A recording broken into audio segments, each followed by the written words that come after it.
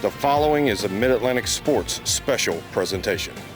Welcome to the Carolina Sports Arena, and welcome to CWF Mid-Atlantic Wrestling.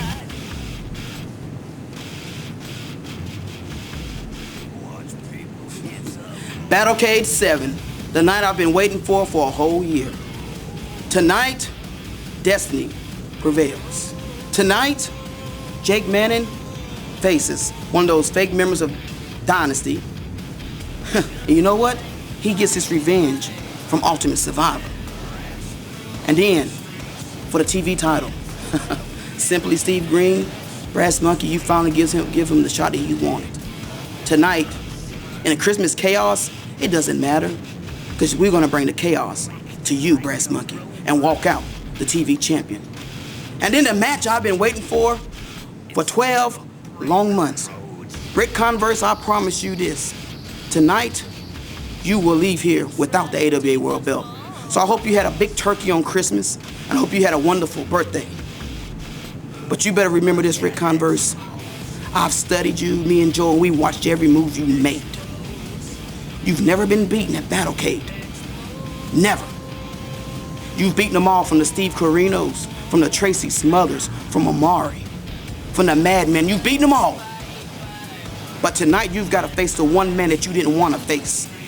And that's the infamous Joey Sylvia.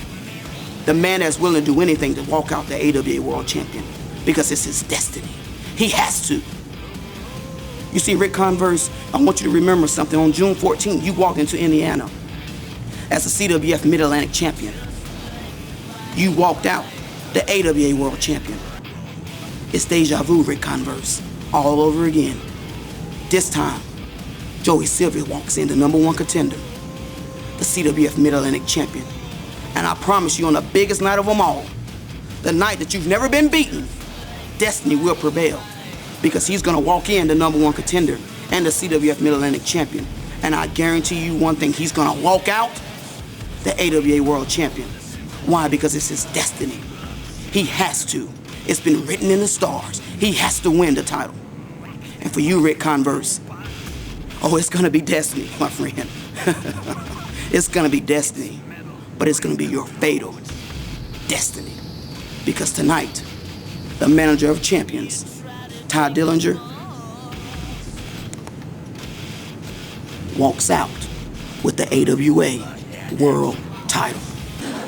Oh, say, can you see by the dawn's early light what so proudly we hailed at the twilight's last gleaming, whose broad stripes and bright stars through the perilous fights o'er the ramparts we watched were so gallantly streaming, and the rockets' red glare, the bombs bursting in air, gave proof through the night that a flag was still there. Oh, say does that star-spangled banner yet wave o'er the land of the free and the home of the brave?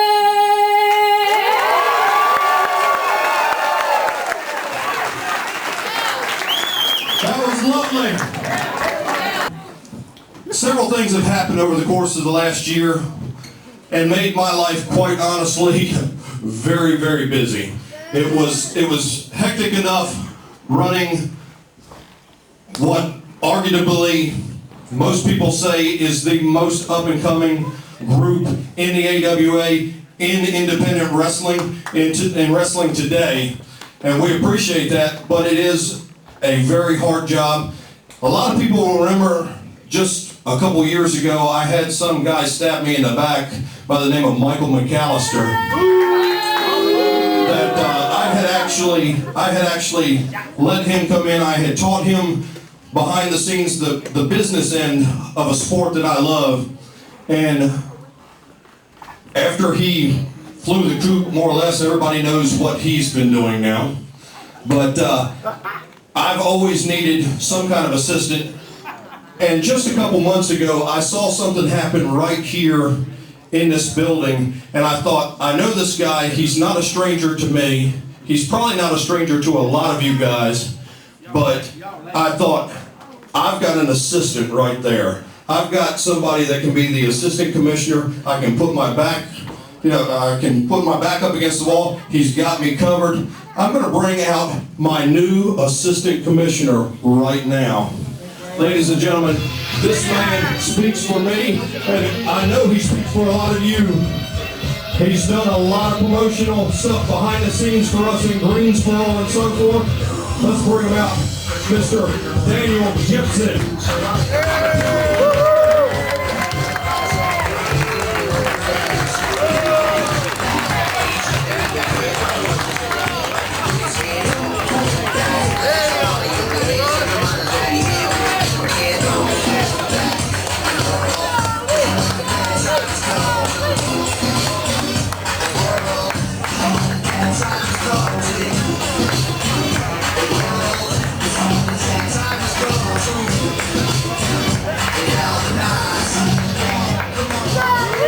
Ladies and gentlemen, like I say, you may recognize this gentleman. He has been a fan for a long time. He has helped us out behind the scenes, promoting in Greensboro and so forth, when we used to run at Orlo's Gym right there in Fitness, AC Fitness.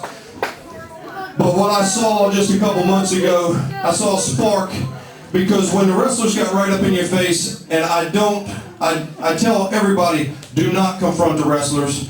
I already keep them in control in the back, but it's a full-time job.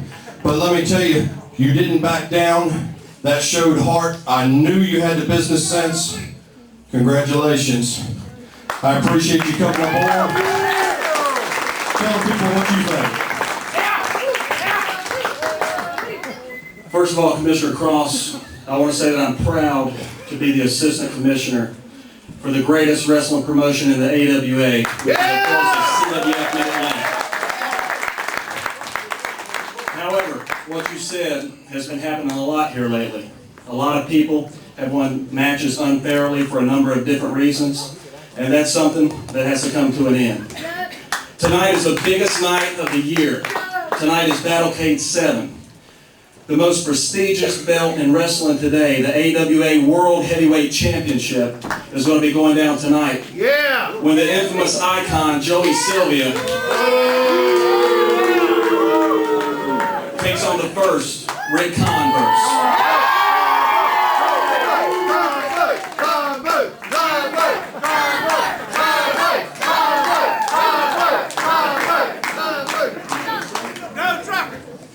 Tonight, that match is going to be won by who wins it fairly.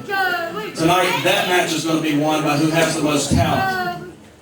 So you know what? Tonight, as my first trade of business as the Assistant Commissioner of the CWF, I'm going to make sure that no one is allowed at ringside tonight.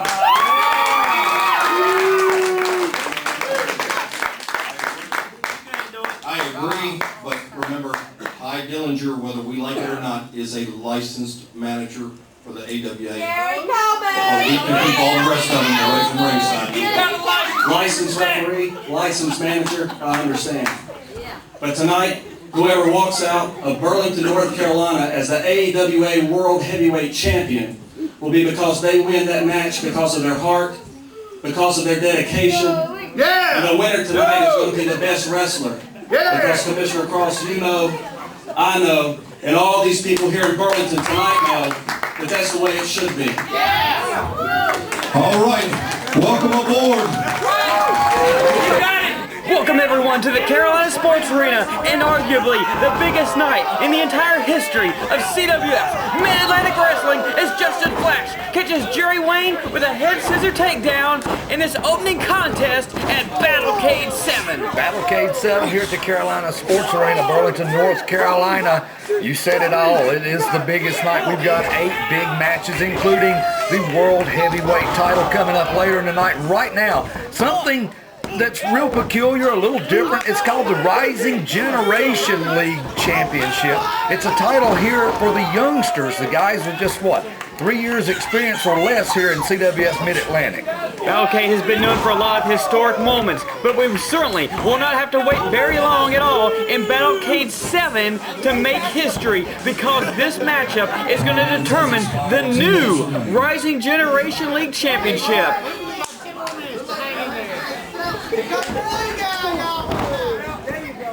The previous champion, Ultra Dragon, pretty much outgrew the championship because of the 3 years of experience or less rule. And that's why 4 of the top up-and-coming youngsters here in CWF Mid-Atlantic, Roy Rage Wilkins, Cecil Scott, Jerry Wayne, and Justin Flash, will duke it out in this one-fall contest to determine who is the cream of the crop of the young up-and-coming talent. Yeah, and what you're seeing right now is Big Cecil Scott driving the knee into the midsection, going for the cover on Justin Flash. Referee only able to get a 2 count in this situation.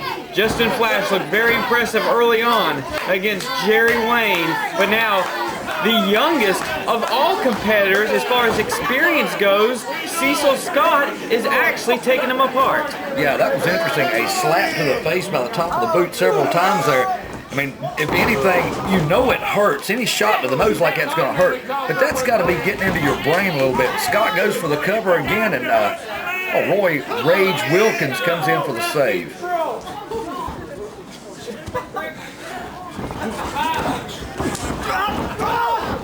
Roy Rage Wilkins, the only member not to be able to get into this match, as you have it, Justin Flash caught Scott with a vicious Fujiwara takedown there. Yeah, and referee Red Jones is down on the canvas with these men, trying to make sure that Cecil Scott, given the opportunity, can tap out of this one. But I tell you what, wouldn't that be the heck of a way for the Rising Generation League title to be decided on a tap out in a 4-way?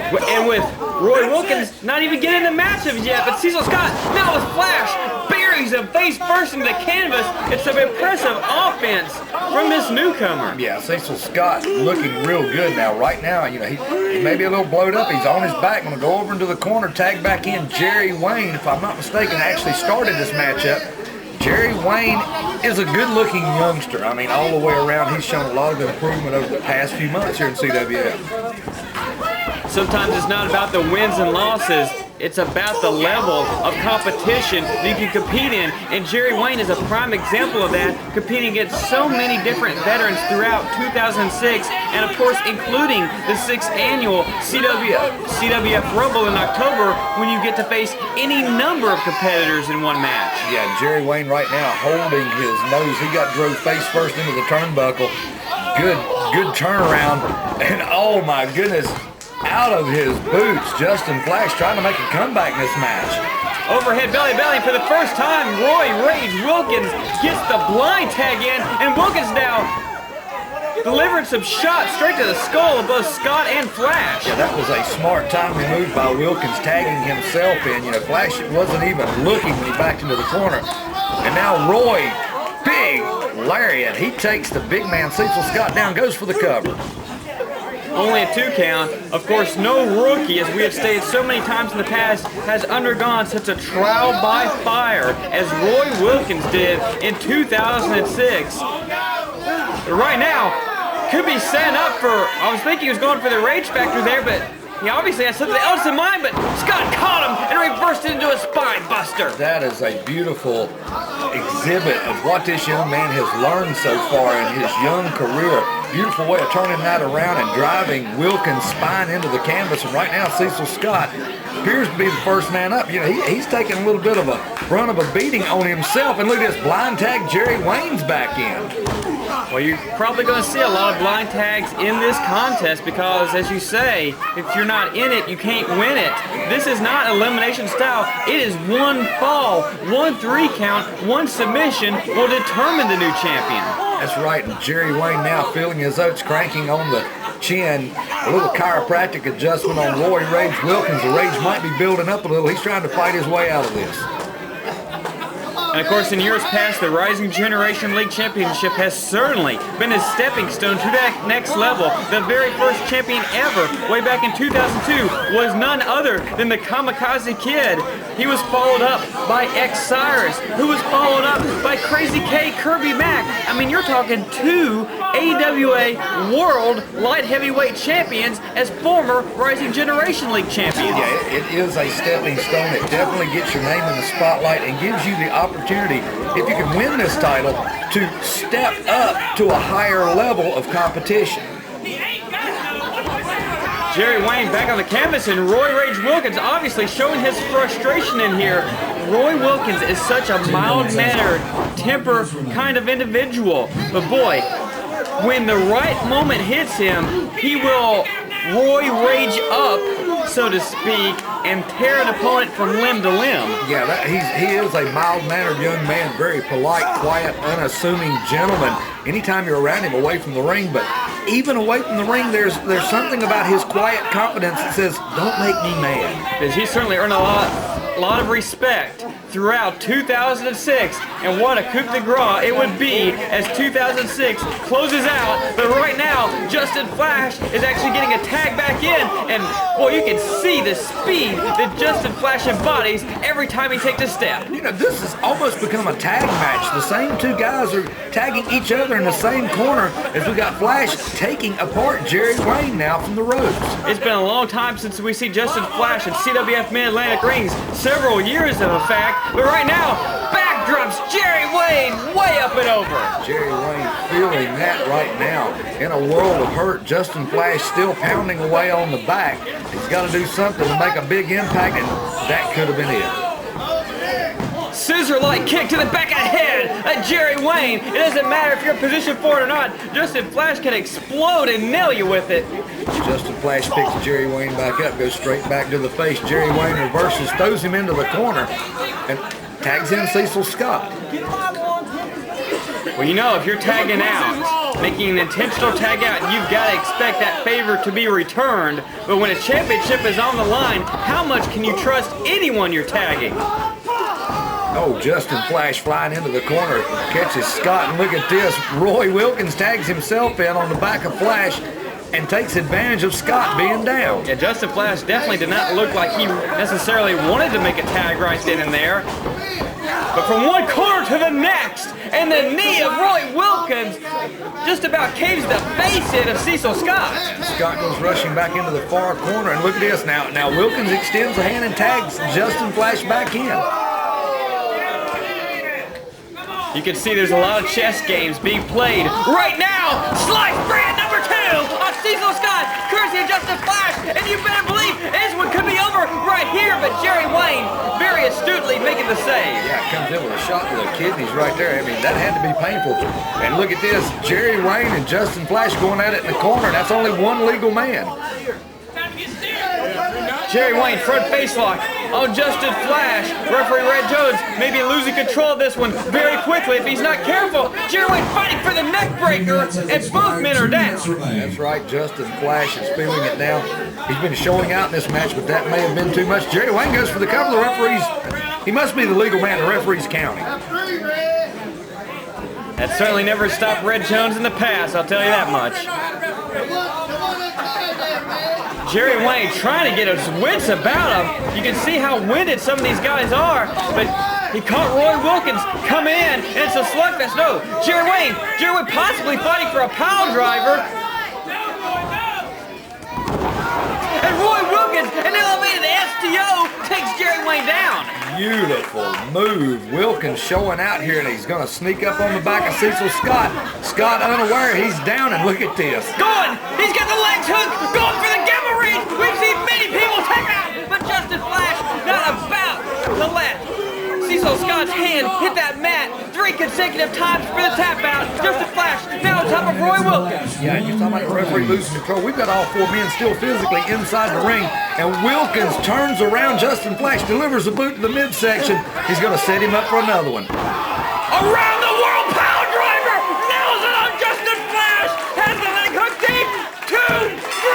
Roy Wilkins wins the Rising Generation League Championship! What an impressive showing. Roy Wilkins ready to step up to the next level, and he's proven it standing tall with pinfall victory. One of the most impressive rookie campaigns you will ever see in your entire life, and you better believe this is a very well-deserved championship held high by the Rage Factor Roy Wilkins.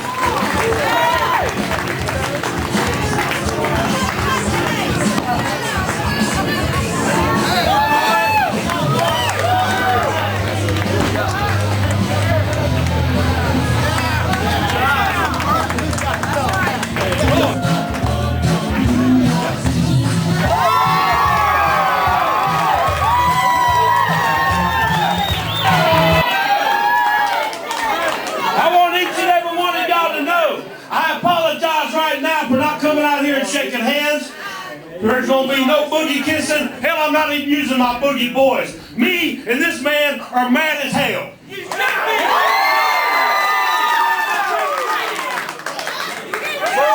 and Tank, over the Christmas holidays, we gonna have a good time. We've had bad luck happen. He's had stuff happen to him. I was hit by a car. Yes, it's true. But the one thing that really ticks me is when we left this building, December the 2nd, we left as the AWA World Tag Team Champions. And then the gutless cowards up top at the AWA on my birthday decided that we were going to be stripped of the titles. They didn't even have the audacity to call me and tell me. I had my peoples, I was on MySpace, they sent me messages saying, hey, you need to check out the website, the AWA website. I don't know why you're laughing, because I'm being serious, I'm shooting straight. We're mad as hell. I look on there and they say that we're stripped of the World Tag Team titles because Ricky Landale and Steve Carino said we had brass knuckles, this, that, and the other. But the one thing, they said the reason we were stripped of the tag team titles was because Ric Converse made the 3 count.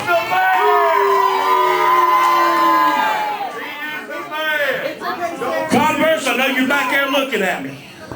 I'm going to tell you something right now, look into these eyes. I'm cool with that, man. You made the 3 count when I won the Mid-Atlantic title, so I don't see nothing wrong why he made the 3 count on the World Tag Team title. And I'm going to tell you what. No. I'm not giving this man a microphone, I'm going to tell you, if y'all like seeing us around here, you don't want him to have a live mic. You know I love you to death.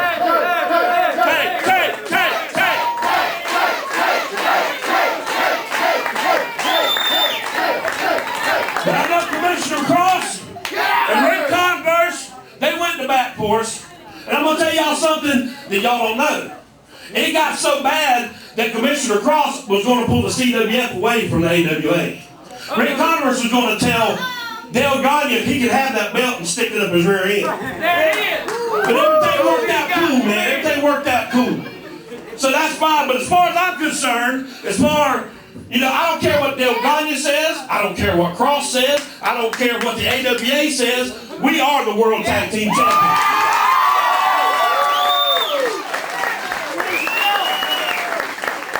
We don't need the belts. So tonight, the reason I'm not wrestling, I was hit by a car. I'm good to go. I can get down. I can boogie woogie. But Commissioner Cross said I can't wrestle tonight. Hold on a minute. I appreciate it. I love each and every one of you. Commissioner Cross said I can't wrestle tonight because the doctor hasn't cleared me.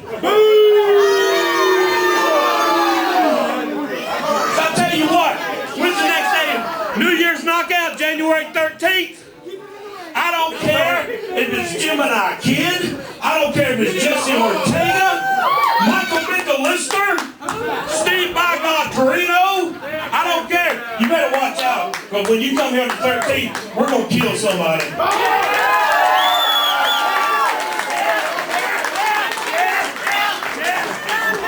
And by the way, since Cross couldn't get it done, me and him have been saving our money.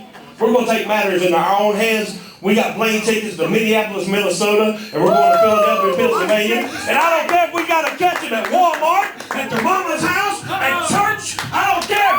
Korea, Landau, you're going to pay. People, make some noise up here.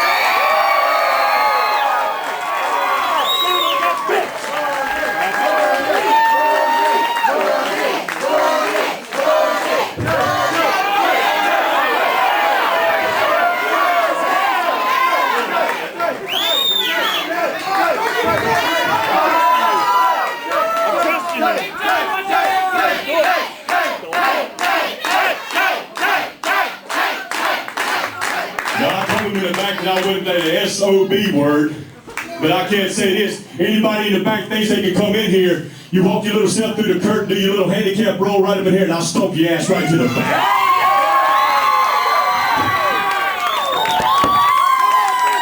Edsel, Persephone, and Sheik Lumpkin himself.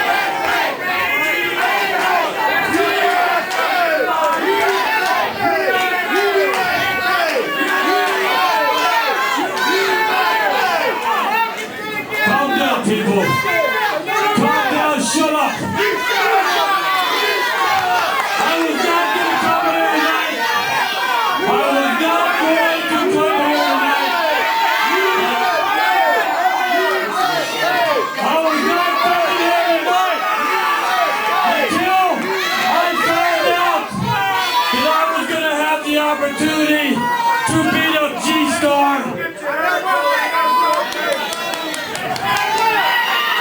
The reason I really going to come here, like I said earlier, the injustice that was done, I want to right the wrongs of this country. I want right now a moment of silence for the injustice done in the name of Saddam Hussein. Shut up!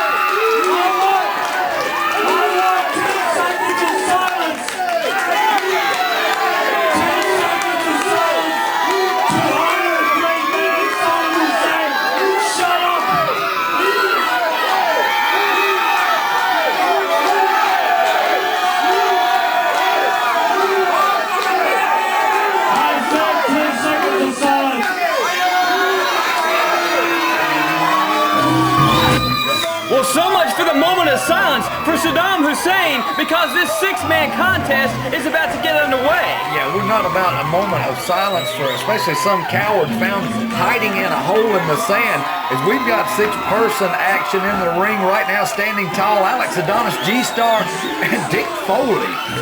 An intriguing combination, to say the very least. They may not have a lot in common, but they have one thing in common, and that's getting their hands on Sheik Corneilus J. Lumpkin. Yeah, Sheik Lumpkin in a I don't know if it's a quirk in scheduling. He is actually in this match as a participant, which he pretty much quite often tries to get out of. But, you know, being Battlecade, I guess he didn't have enough clout to change that contract. Well, the one thing Sheik, Lumpkin and Persephone have going for them is their teammate is a former Mid-Atlantic heavyweight champion and one of the most dominant forces that has ever stepped foot in a CWF ring, Danger C, Corey Edsel. Yeah, but as if that's not enough, what about the 450-pound Kool-Aid man he's got standing outside the ring with him? Well, he certainly made his impact. Does this guy even have a name? We call him Sheik's bodyguard, but regardless of a name, it was just a few weeks ago we saw the bodyguard crush GeeStar, delivered that splash just as it appeared maybe she was talking some sense into that mammoth individual and trying to show him what he's been doing is oh so wrong, but a few dollar bills from the palm of the Sheik made him think differently, and they leveled GeeStar, and there's been a lot of interaction between both parties of this 6-person contest, which has led us to this clash here today at Battlecade. Yeah, and starting things out, Big Dangerous C, Corey Edsel, and Alex Adonis, a gentleman who's just recently returned to CWF following a pretty horrendous car crash a little over a year and a half ago. Glad to see him back, and seems to be a little change of his attitude since his return as well. Well, Alex Adonis is still a fighter. Alex Adonis will fight anyone, no matter what side of the fence they stand on, but the one thing Alex Adonis is, he is very proud of this country because he served in the U.S. military as a Marine, and he was one of the first ones to stand up to the Sheik and say no to the almighty Buck. Yeah, Sheik had no clue what was happening when Alex Adonis made his return to CWF Mid-Atlantic. It was almost as if he had no clue that the man had ever been there or what he was all about. And right now, Dangerous C doesn't seem real impressed with what Alex Adonis is all about, shrugging off a clothesline. Well, certainly these two men can just about match power for power. It's the immovable object and the irresistible force, I guess you'd say. Yeah, and Alex Adonis, I mean, he's no stranger to Dangerous C. The two knew each other before his accident, you know, so they're not exactly strangers, although, you know, maybe a year and a half ago, in a situation like this, you may have seen Adonis tagging with Corey Edsel. Right now, Adonis somehow is able to shrug Edsel off, and Edsel impressive maneuvering from the 350-plus pounder. Yeah, that's right. You will believe a man can fly when you see Corey Edsel in the ring, and he just flew straight through Alex Adonis. Well, Corey Edsel did not win the Mid-Atlantic heavyweight title and hold it for 14 months on a fluke. He is as proven a commodity as there is in the Mid-Atlantic. That's right, and Alex Adonis knows he's got his fight cut out ahead of him. Corey Edsel, we've said it before, one thing we rarely ever have seen him do is back down. You never see this man in reverse. He's always coming at his opponent. Of course, one of the Sheik, I'm sure, love. Oh, look at the leapfrog from Dangerous E! But Alex Adonis smarted up on him this time. Adonis cranking on the chin of Corey Edsel, his tag team partners trying to make a difference. Referee Charles Richardson having none of it keeps them on the outside of the ring where they belong. Of course, while Sheik Lumpkin is more than thrilled to have Corey Edsel in his corner, he's essentially put his team in a handicapped situation because you know Sheik Lumpkin isn't about to tag in and square off one-on-one against anyone. Well, you know, Lumpkin, he's got his own agenda, and what we know about him, we don't know all. I mean, we have no clue what kind of plans he's got going on for next week, next month, next year. But you can guarantee the fact that he's here, something is up. Well, he continually keeps this list that he speaks of that currently Adonis, GeeStar, and Dick Foley are all on because of their, in his mind, interference, meddling into his plans. And look at Persephone. Yeah, she's got no qualms about it. She gets right in the face of Alex Adonis, and she's asking for a tag to GeeStar. And I think Alex Adonis is going to give her that tag, but not quite in the way she wanted. Oh my goodness, GeeStar nails crosses the running lights, Persephone, and here we go. GeeStar and Persephone, and how often is it that the two females in a 6-person tag have more experience than their male counterparts? GeeStar, former Mid-Atlantic television champion, back in 2004, and right now going to work on the arm of Persephone, who has been all up and down the East Coast. That's right. Right now she's got to be thinking about other places she'd rather be besides in the ring with GeeStar, and this is turning into a slugfest. Yeah, you're not going to see any little girly slaps or anything like that. G and Persephone will flat out deck you, and look at this matchup from back in 2003, 2004, the days of the crew, former crewmates, Dangerous E, Corneilus, and GeeStar squared off once again, but G very astutely going between the legs of Edsel and making the tag to Dick Foley. Dick Foley, an enigma in the Mid-Atlantic. We don't know where he came from. Well, physically we don't know where he came from, but he is a lot of fun in the ring, and he's proving to be a dangerous competitor.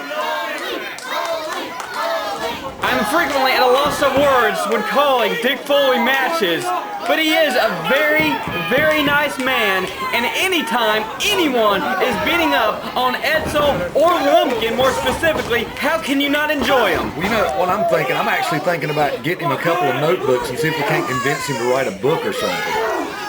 I'm sure he has many stories to tell after all his years on the road, but right now, those short, jabbing hands, but he runs straight into a clothesline from Dangerous E. Yeah, Dangerous E, tired of all the foolishness. He put Foley down on the ground. Looks like he's in control of this match at this point.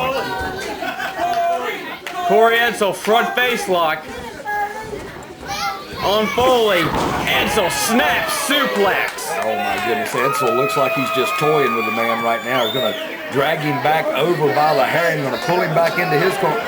Does Lumpkin want in? Sheik Lumpkin tags him. Yeah, but it's only because Edsel had already leveled him with some of those powerful shots, and Lumpkin, I'm sure, is going to be very, very cautious in his positioning with Dick Foley. And what does Lumpkin have in his hand, Randolph? I thought his thumb was colored purple like he voted in the Iraqi elections or something. Wasn't that what that was? Earlier he was referring to the Abu Dhabi dagger. The Abu Dhabi dagger. That sounds like something from one of those cloak and dagger films from the 30s, but I'm sure he was checked by the referee. He wouldn't be able to get away with bringing a knife into the ring. Well, he certainly has that thumb taped up, and I don't think I've ever seen someone use a thumb as a foreign object, but God only knows what Lumpkin has possibly wrapped in there that he was just trying to stab into the larynx of Foley. Edsel, standing drop kick, caught Foley coming in. Foley's got to be seeing the little birdies right now. Edsel's going for a cover. This is, yeah, just like I was trying to say, it's too close to the ropes. I'm not sure if Foley did that intentionally or not, but that bottom rope saved the pinfall. Corey Edsel still with Dick Foley in hand, smashing his face in the top turnbuckle.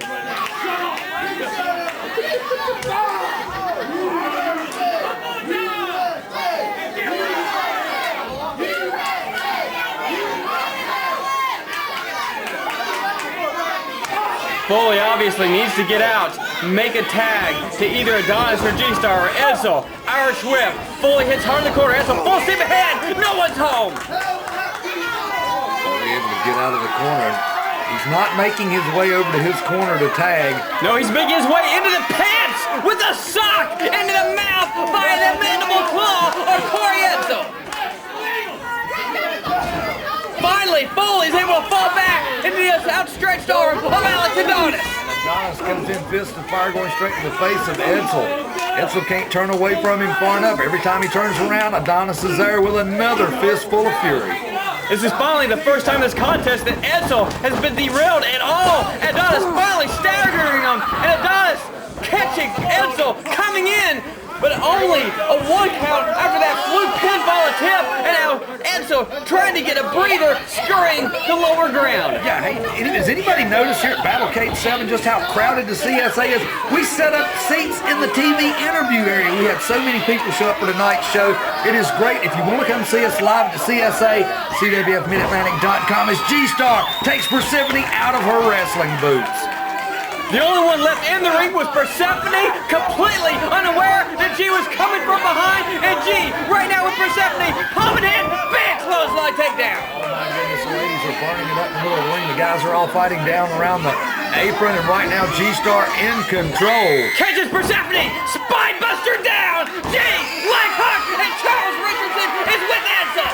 Charles Richardson trying to keep Corey Edsel out of the ring, paying no attention whatsoever to a pinfall. I mean, it was a 5, 6, 7 count. And the bodyguard just caught Foley on the outside with that flagpole. Oh my goodness, the Kool-Aid man swinging flagpole on the outside. GeeStar's got Persephone up, and in comes Lumpkin for the save. There's Lumpkin, and he just nailed Jay in the throat with whatever that tape bomb is. And now Charles with the count. Abu Dhabi Dagger wins another one, or wins one. And I mean, look how happy Sheik Lumpkin is in the first place here. Now, Alex Adonis checking on condition of GeeStar. You got to wonder about Foley. Last we seen him, he was out on the concrete. Well, G had Persephone on. Fireman's carry, going to finish her off with the GVG. Lumpkin comes in with that dagger, and just like that, ends this one. And the United Arab Emirates will head out of Battlecade VII with a victory.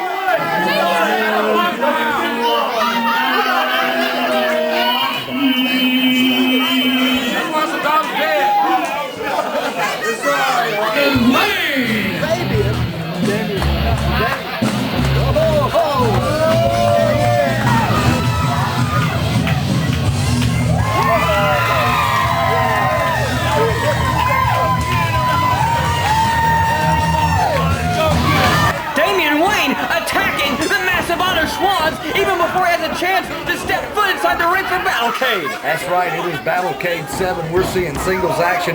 Two of the bigger monsters here in the Mid-Atlantic going toe-to-toe. Damien Wayne taking the fight right to Otto Schwanz and early going. Well, obviously, Damien Wayne did his research and did the right thing by stopping Otto Schwanz before he could take control with his very unorthodox momentum that he carries into the square circle. And right now it's a slugfest between two of the biggest men in Mid-Atlantic. That's right, look at this. Otto going straight for the throat, backs Wayne into the corner, and the referee's going to try to break in between these two. He's just in the way. He just spit on Otto Schwanz. Probably not a good career move for Damien Wayne. I mean, you make Schwanz mad, he's still an amateur back wrestler that will drive you into the canvas. Yeah, Otto Schwanz actually trains other people in amateur style wrestling now. He is not one you want to chain with. That's true, and Damien Wayne may be finding that out as he goes face first into the canvas. Schwanz got hold of him like a bulldog. Damien Wayne certainly tried to do the right thing straight off the bat, but right now he's in the clutches of Otto Schwanz.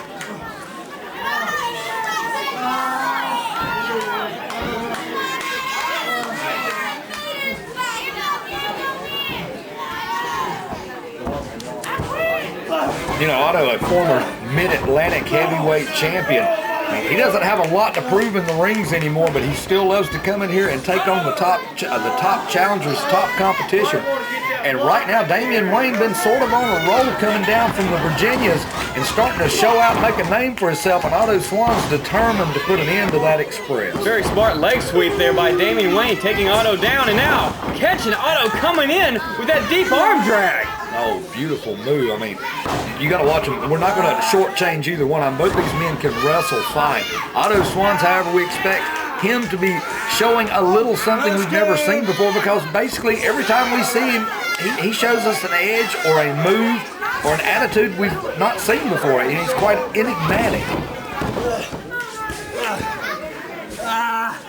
You never know what you're going to get with Otto Schwanz. You may come to a show and boom at one, cheer for him the next, but everyone respects Otto Schwanz. And if you look back at 2006, as we come to a close here, in what has unquestionably been the biggest year at CWF Mid-Atlantic Wrestling, Otto Schwanz will always be remembered for that AWA World title shot against the first Ric Converse on August 19th. A 30-minute classic that saw Otto Schwanz lose the match, but certainly proved himself in the eyes of every fan, every promoter, anyone that's ever watched the DVD. Yeah, and I tell you what, that DVD has done a lot for the career of the first Ric Converse. A lot of promoters around the world finally got an opportunity to see an extended match for the title in the ring doing their scouting. And so Converse is fielding quite a few more offers now than he was a month ago. If you talk about individual great moments of 2006, you have to think Damien Wayne falls into that exact same category because of his AWA world title shot he received up in Virginia against the first Ric Converse. Yeah, I mean, if you think about it, these two guys are both still on their feet as we're going into this match. Both of them still dishing out a lot of punishment, neither backing up. Well, Damien Wayne got backed up right there, right into the corner by a huge in-rushing Otto Schwanz. You cannot afford to get trapped in a quarter with Otto Schwanz going off on you. Yeah, Otto's going to try a little of his normal overpowering moves, totally ignoring the referee. Big chop across the chest to Damien Wayne, and that probably took the breath. Damien Wayne takes the other corner hard. Otto Schwanz stops short, but still, Damien Wayne catches him with that drop kick right in the upper sternum. Yeah, and that come out of nowhere. We've not seen a drop kick out of either of these men so far in this match, and that pretty much was a stunner. Schwanz seems to be holding on to the ropes for dear life. Well, this match could very well be a war of attrition between these two big men because it's going to take so much to put either man's shoulders down for a 3 count. Damien Wayne got caught coming in, and my God, did Otto Schwanz elevate him straight down on his head. And Otto Schwanz follows up with a big clothesline. Damien Wayne looks like he's going to have to roll out for a little bit and think about this. But Schwanz is going out after him. Oh, you don't want to be on the outside. But I'll tell you, Damien Wayne can almost slug it out with the best of them. Otto Schwanz coming around the corner right on top of him. Yeah, and look at this. Schwanz grabs him and goes right into a face lock, a wrestling move. I don't know if licking the eyeball is considered a wrestling move, Randolph, but it's not in any of the manuals or training videos I've ever seen. With the aid of Red Jones, Damien Wayne just caught Otto Schwanz coming in and now clotheslines him down on the top rope. Yeah, Red Jones is minding his own business and become involved in the match unwittingly. Now all he can do is stand up here in the ring and try to get both men to enter the ring to continue. Red's laying on a 10 count, but he had to restart after the re-entry. Otto Schwanz hits the steel ring post. Both men sucking wind at this point. I tell you, Damien Wayne has got to take advantage. When you get this man stunned, you've got to do something and really try to take advantage, put the man out and go for a pinfall, but dropping him on the concrete might just make him a little mad. Well, Damien Wayne stomping down on Otto Schwanz and peering down, dropping the leg drop from the ring apron to the concrete floor at the CSA. Yeah, and you notice we said concrete. There are no pads around the ring. That is concrete. It is unforgiving, and both men had to take quite a shot from that leg drop. You talk about a maneuver that could easily hurt yourself as much as it could the opposition. Yeah, both men could have very easily ended this match on a count out on the outside after a shot like that. And look at this, Schwanz fighting back. Poke right in the eye by Damien Wayne. That'll certainly stop Otto Schwanz dead in his tracks. It'll stop him, but he's not going to forget it later on. He's not going to forget that suplex either. Damien Wayne, finally, with things well in hand, following the leg drop to the outside, now perched up high, could be looking to finish off Otto Schwanz in what could be a huge win for Damien Wayne, and he nailed the flying elbow. What a beautiful drop from the top rope. Damien Wayne feeling his Otto Schwanz on his back, slowly crawls over, a cocky cover, Schwanz kicks out. How in God's name can you not hook the leg when you're in there with Otto Schwanz? I mean, Damien Wayne could very well have had the match won right then and there. Yeah, he could have very well pinned just about anybody in the locker room, but this is Otto Schwanz we're talking about. He is, just a little bit of a madman at times. But regardless, that's no excuse for not hooking the leg. You've got to hook the leg. You're here to win matches, not to show off. That's right, and I tell you what, Schwanz is still rolling around on the canvas in pain, trying to make his way back up to a vertical base. And look at this, Damien Wayne's going to try to keep him down on the knees. You see mistakes like that sometimes out of inexperienced wrestlers, but someone with the experience of Damien Wayne knows better than that, Randolph. It may very well have been something he thought he had pretty well under control, was going to look real good on DVD for him.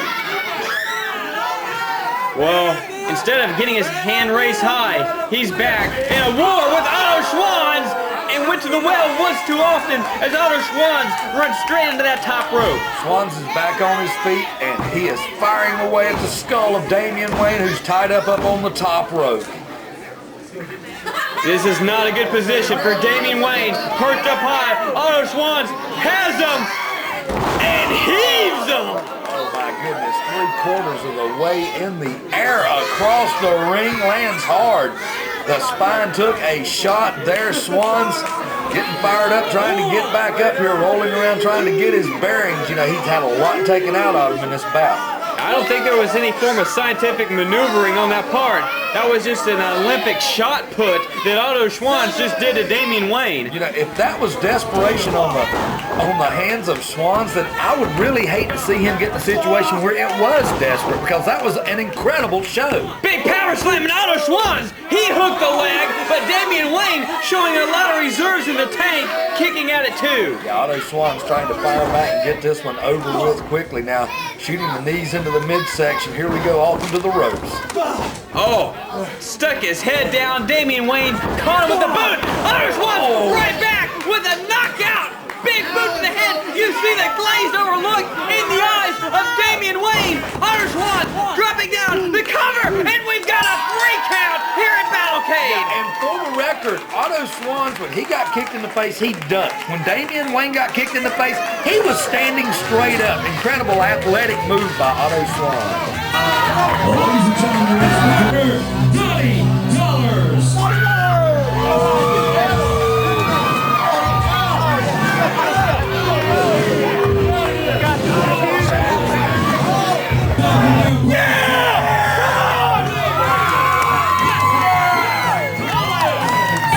Well, Randolph, I've made no secret about it in commentary in the past.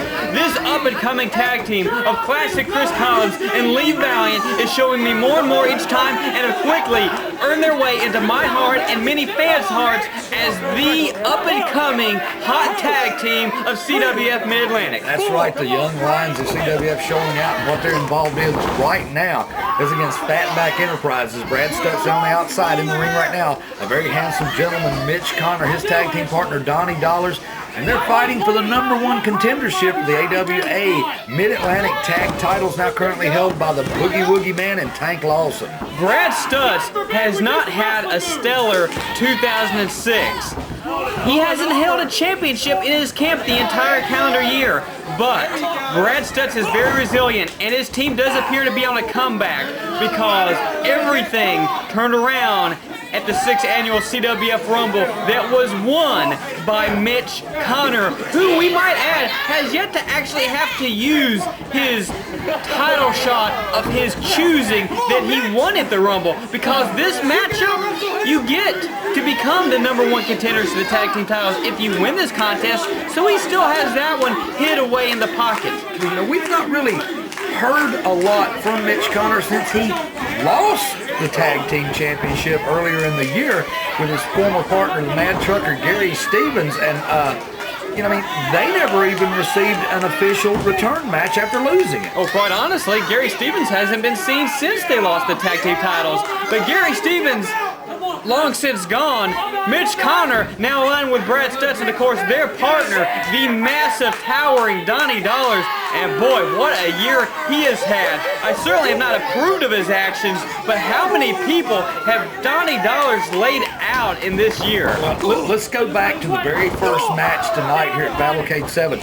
You mentioned during the commentary about this one young man, Jerry Wayne, facing so good quality talent all the way through the year, and what it could do for his career. Donnie Dollars had the very same beginnings. He was up against a lot of the top talent here in CWF Mid-Atlantic, and he has become a one-man force. You're exactly right, but Lee Valiant right now trying to keep the big man moving, and he's doing just that, but Dollars stopped short, caught him. Lee Valiant up on the shoulders, but Lee Valiant so fast, so smart, shoves Dollars right into Mitch Connor. Dollars didn't even realize he knocked his own partner over on the corner, and Mitch Connor having a shouting match with the referee, which is not going to help him out a bit. The referee's calling that a tag. And Mitch Connor runs straight into the elbow of Lee Valiant. And Lee Valiant, yes, he may not look like a threat. He may be one of the smallest men in the building, but he has the prettiest drop kick you may ever see. Connor able to kick out on a 2 count. Valiant's going to drag the man back into his corner, tags in his partner, classic Chris Collins, who comes in with a double axe handle. Mitch Connor and Donnie Dollars certainly have their sights set on the tag team titles currently held by Rob McBride and Tag Lawson, but what a win it would be for Collins and Lee Valiant if they could pull the upset here and go on to vie for tag team gold just a few months into their career as tag team partners. Well, what do you think, Grant? Do you think these fans here at the Carolina Sports Arena would erupt if they could win this match by pinfall? You know, something real convincing. Boy, you can hear the cheers growing each and every match, and right now, here we go. Double teaming, and Lee Valiant dropping the leg down across the neck of Mitch Connor. Lee Valiant with the cover, but possibly making a mistake caused by inexperience by not hooking the leg. But regardless, Donnie Dollars was right there for his partner. Yeah, Donnie Dollars able to give his partner a respite here. And look at this, Connor drops the knee, no one home. Valiant still smartly got the man over on his side of the ring. Boy, one of these teams is looking like a veteran tag team duo. The other is not. And right now, Lee Valiant looks like he's going to look back into his corner, tag back in. Classic Chris, and take advantage of that 3 count. Very smart tag wrestling. Chris Collins with Mitch Connor down now. There's such a great fire and ice combination of Collins and Lee Valiant. Mitch Connor hits the corner hard. Collins with the cover, but Brad Stutts helping his man get the foot across the bottom rope. Yeah, and helping referee see that the foot was on the bottom rope as well. I mean, who couldn't miss the guy in the pink shirt down on the floor? The Collins and Lee Valiant may be wearing the neon, but it's never cloudy where Brad Stutts is standing. Drop kick to the side of the head, courtesy of Lee Valiant. Lee Valiant able to deliver what might have been a knockout punch. He goes for the cover, and look at that, the forearm across the face. Lee Valiant is starting to show us a little bit of a vicious trend, and I kind of like that in him. It was Mitch Connor drew number 1 in this year's Rumble, but as look what happened, Matty D actually turned in his number 29 for whoever had number 1, and that opened the door for Mitch Connor to actually enter as number 29 and win the 6th annual CWF Rumble. Yeah, and what a Rumble that turned out to be. We find out he was the big secret, the big surprise addition to Fatback Enterprises.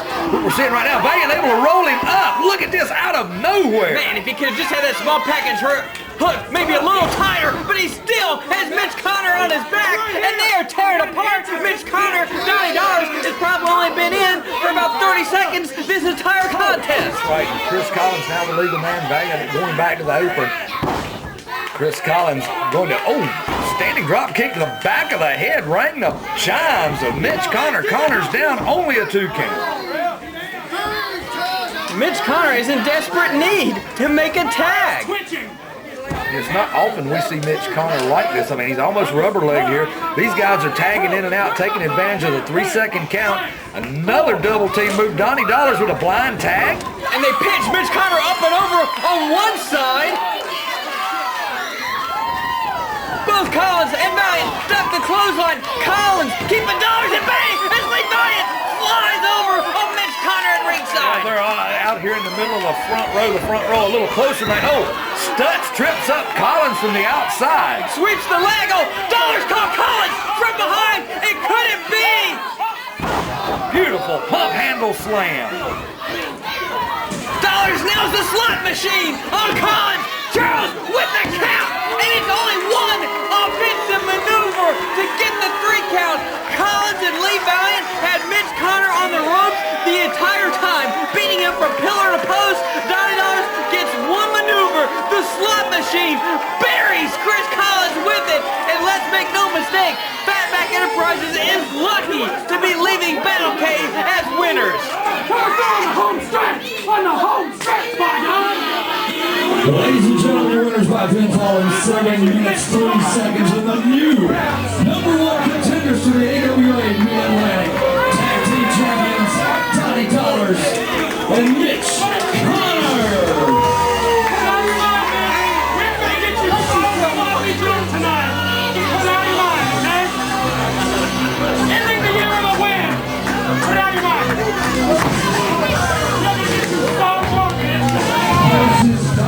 Oh yeah, baby!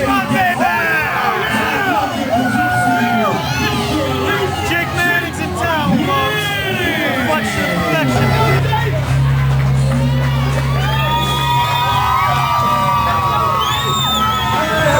How fitting is it at Battlecade VII we would have another chapter in the Destiny versus Dynasty war, and this is actually the first ever singles meeting between these two great athletes, Brad Attitude and the elite enforcer, Jake Manning.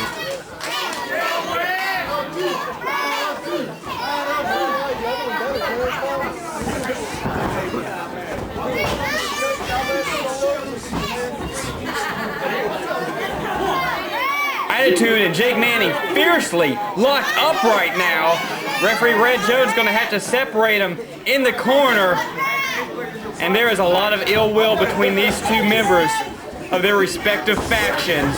And of course, their respective factions will clash again tonight in the main event of Battlecade VII as Ric Converse defends the AWA World Heavyweight Champion for the Dynasty against the Mid-Atlantic Heavyweight Champion Joey Sylvia for the Destiny. Yeah, the #1 contender.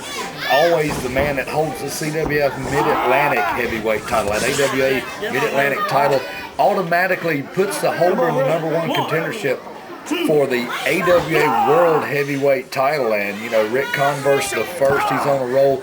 He'll be here in the main event tonight. You know, we're just barely halfway into Battlecade VII as we see Mr. Elite Jake Manning unloading on Brad Attitude in the corner. He throws him off into the far corner, comes rushing in. Nobody home. Attitude able to get out of the way. Brad Attitude so fast, so smart. Now up and over, catching Manning with the head scissors. Oh my goodness, Manning out. Comes rushing back in, Attitude's waiting. A series of deep arm drags, and Brad Attitude, a prize pupil from the CWF dojo back in 2002. And my, how we have watched this kid grow up over the years. Yeah, Brad Attitude in control right now, the elite enforcer. Tied up, and look at this. Manning unloading with some stiff forearms into the ropes. Hip toss back down to the canvas. Absolutely perfectly executed hip toss. Once again, down with the arm drag.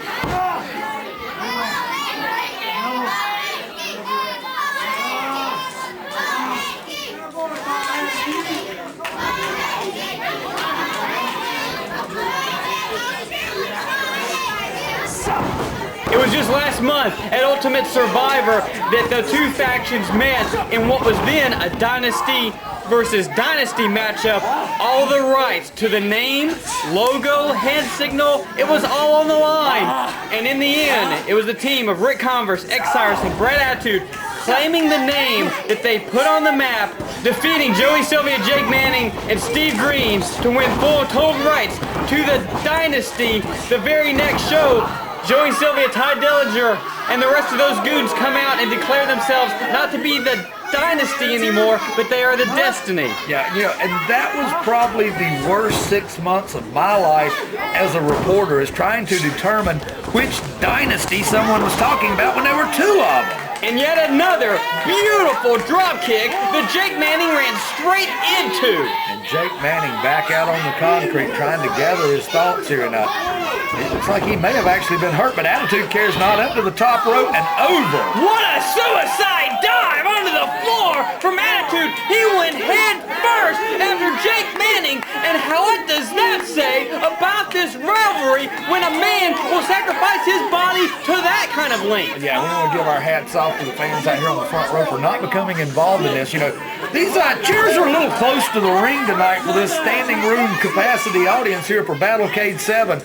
We've said it before, you want to be a part of Carolina Sports Arena live action, go to CWFMidatlantic.com. Make your reservations now. Without question, as Brad Attitude hooks the leg, without question, this is the largest crowd in the entire history of the Carolina Sports Arena that was erected in 2002. Yeah, we've got people sitting behind the snack bar, if I'm not mistaken. I believe they even had bleachers set up in the men's room. I mean, it was crazy coming here. I've watched them carry every chair out of the locker room area and find places to put the fans who just keep arriving. 5 minutes has elapsed. Jake Manning and Brad Stutts engaged in a tremendous back and forth battle, and what a kick! Oh my goodness, Attitude unloading on Manning. Manning hitting the canvas over and over. Attitude standing tall, trying to get the crowd behind him. Looks like he's going to go to the top. Of course, Jake Manning was the ace in the hole brought in by Sylvia, Steve Green, and Ty Dillinger to be the new member of the Destiny. No one is home for the flying body press. Oh my goodness, he was able to see him coming and get out of the way. Both men crumpled on the canvas at this point. Tell you, some hard hits so far in this match. And, you know, this one's still up in the air. Look like Attitude's getting ready to go flying out into the ring post. Shoulder first can easily be a separation. And I know personally just how painful shoulder separations can be, because it can pretty much leave you immobile. And that's exactly where Brad Attitude is right now. Brad Attitude doesn't appear to have moved very much at all since he hit the floor.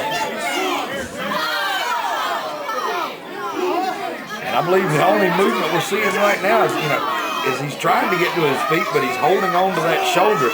You may have scouted that one right. Jake Manning, a shark smelling blood, wrapping that arm around the steel ring post. If it wasn't separated before, you better believe it is now. That was very possibly. I mean, that's the kind of maneuver that can end a man's career for months on a time.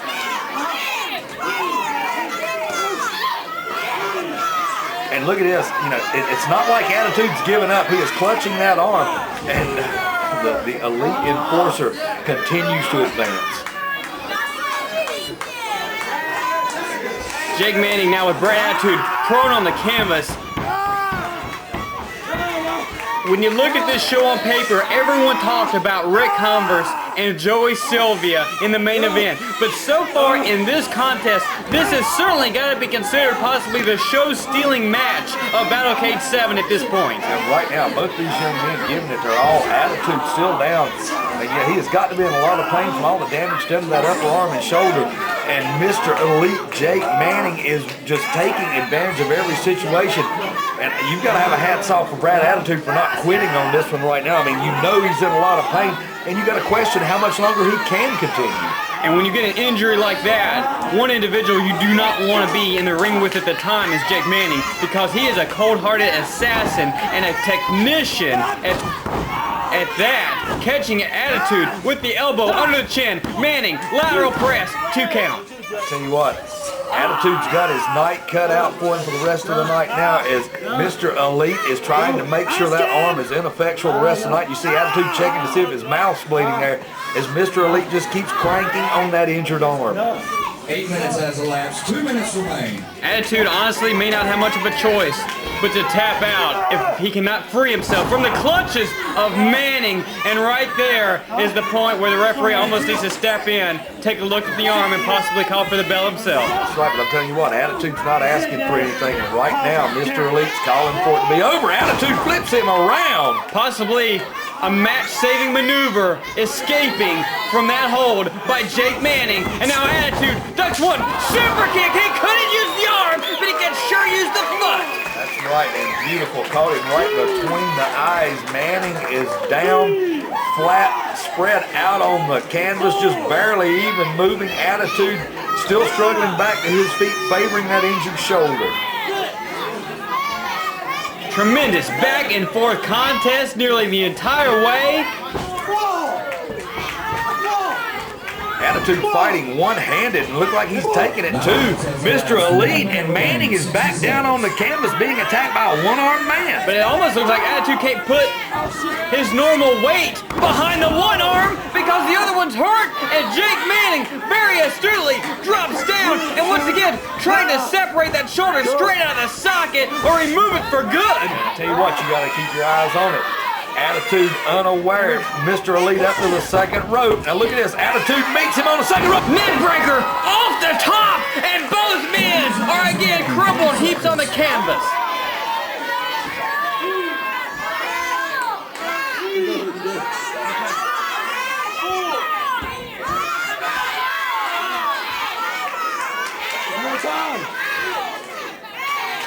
Attitude's still trying to shrug off that shoulder injury, but it doesn't appear he's able to. He's in a lot of pain. Mr. Elite still going right back to the shoulder. Atomic drop, blocked by Attitude, and now Attitude with Manning has him hooked. Could it be Attitude adjustment? But no!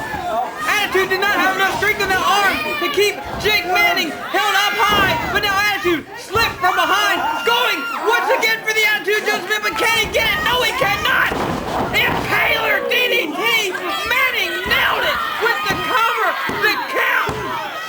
Red Jones makes the count of 3, and after 2 consecutive attempts, the injury to the arm would not let Brad Attitude get Manning up in the Attitude adjustment. Manning capitalizes with a vicious DDT to put away a member of the dynasty. Yeah, Manning really showing out here, a decisive win for the Destiny group.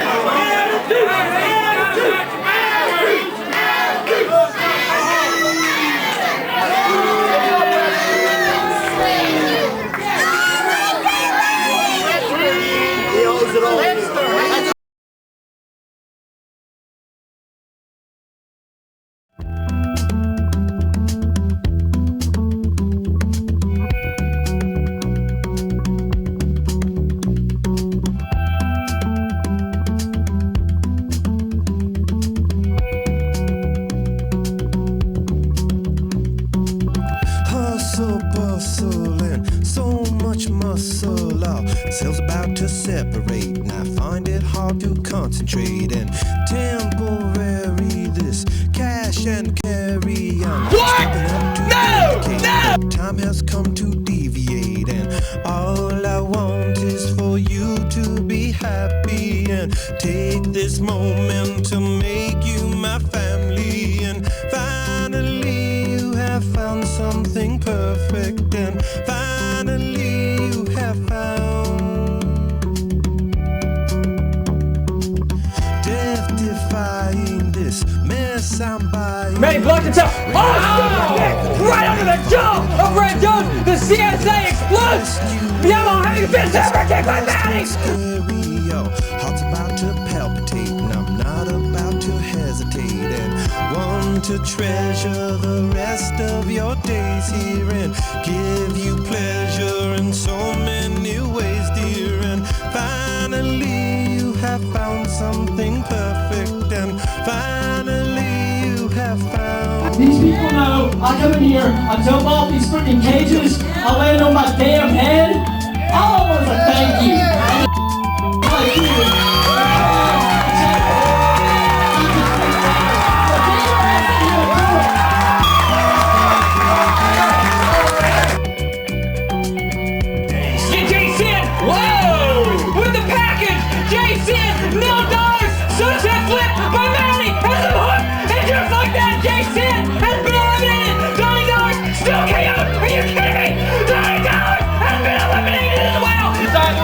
Ric Converse up short, DDT, my God, Trace his mother with the cover on the DDT, Ric Converse kicks out.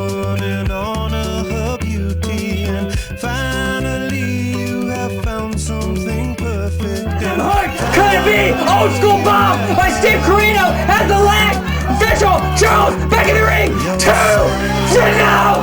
Ric Converse kicks out again. Converse ducks underneath. Another lariat has him hooked. Rick your scalp drives Carino into the mat. Has the leg hooked again. Rick Converse 2. Ric Converse retains the Mid-Atlantic heavyweight title. Into your world. 22 years career, this is the greatest moment of my life. There's no way. It's a woman. That's Amber O'Neil. My Lone Ranger, the heat exchanger, is living in this figure. Hey, what? McBride's gonna get him and drop him in a Saturday Night Superstar. Too late. 9 minutes 59 seconds. We have a new television champion. And I find it hard to separate, and all I want is for you to be happy. GeeStar and Amber O'Neil by the throat. And finally, you have found someone perfect.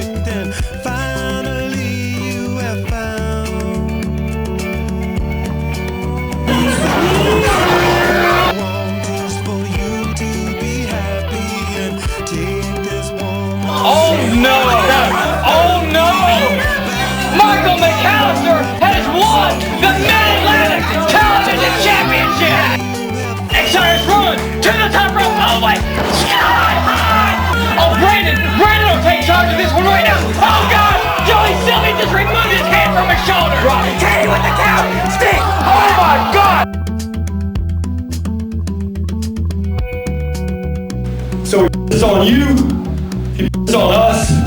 Screw you, Brad Glisten. So much muscle, our cells about to separate, and I find it hard to concentrate. And We're gonna have a new champion, 2! Just quit! Oh my God, it's Jeff Hardy! For you to be happy and take this moment to make you my family. Wait up! We're not done! There's one more! Can you believe it? Finally, you have found. Got an amazing aerial. Power bomb! Robert Burkins with the power bomb! The counts! It's Steve Green with Red Zone! Love and hate, and I find it hard to motivate. And estuary is blessed but scary. Your heart's about to palpitate, and I'm not about to hesitate. And want to treasure the rest of your days here and Ric Converse! Sky high power bomb! Another one!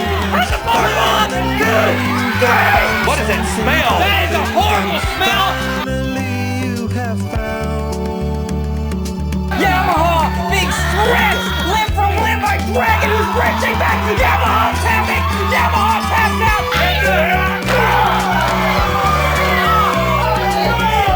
Lance Cross! He got my horse! Lance Cross! Oh my God, Randolph! It's champagne! Do you want me to Lucky this time, McAllister. Backcracker, my monkey! He's getting the hook! Oh my goodness, this could be it. Red Jones. Oh, He's tapping! He's tapping! It's over! Brass Monkey has won the Mid-Atlantic Television title! you have found yourself? Stay with the cover! 2, 3, we've got new Mid-Atlantic Tag Team Champions! Hey! The feet are on the ring! Can you using the ref for leverage? Oh my goodness, the referee calls for the bell. This one's over. Today. Got his feet on the ref! We got a breakout! Kamakazi Kid! It's gonna take off the 2006 Weaver Cup! Triple cover! Here goes with the count! And you better believe the original dynasty! Mitch Connor driving his unprotected knee to the skull!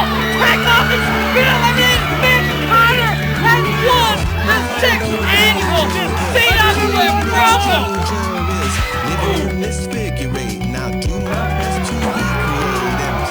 Here he goes! Oh my God! this is good. This match is over. Oh dear God, Lord, look at this! Saturday Night Superstar off the top rope! Converse, let's give him a big shot! In the ring, Yakuza Kid, the Green, 1, 2, 3! Holy cow, Rob McBride is our new CWF Mid-Atlantic Heavyweight Champion! A more explosive line! Steve Corino! Converse now! Yakuza Kick! One by more! Goes for the X-Bomber! No! Reversal! Converse rolls through! Leg hook! 2, 3! My God, right now! Ric Converse! He just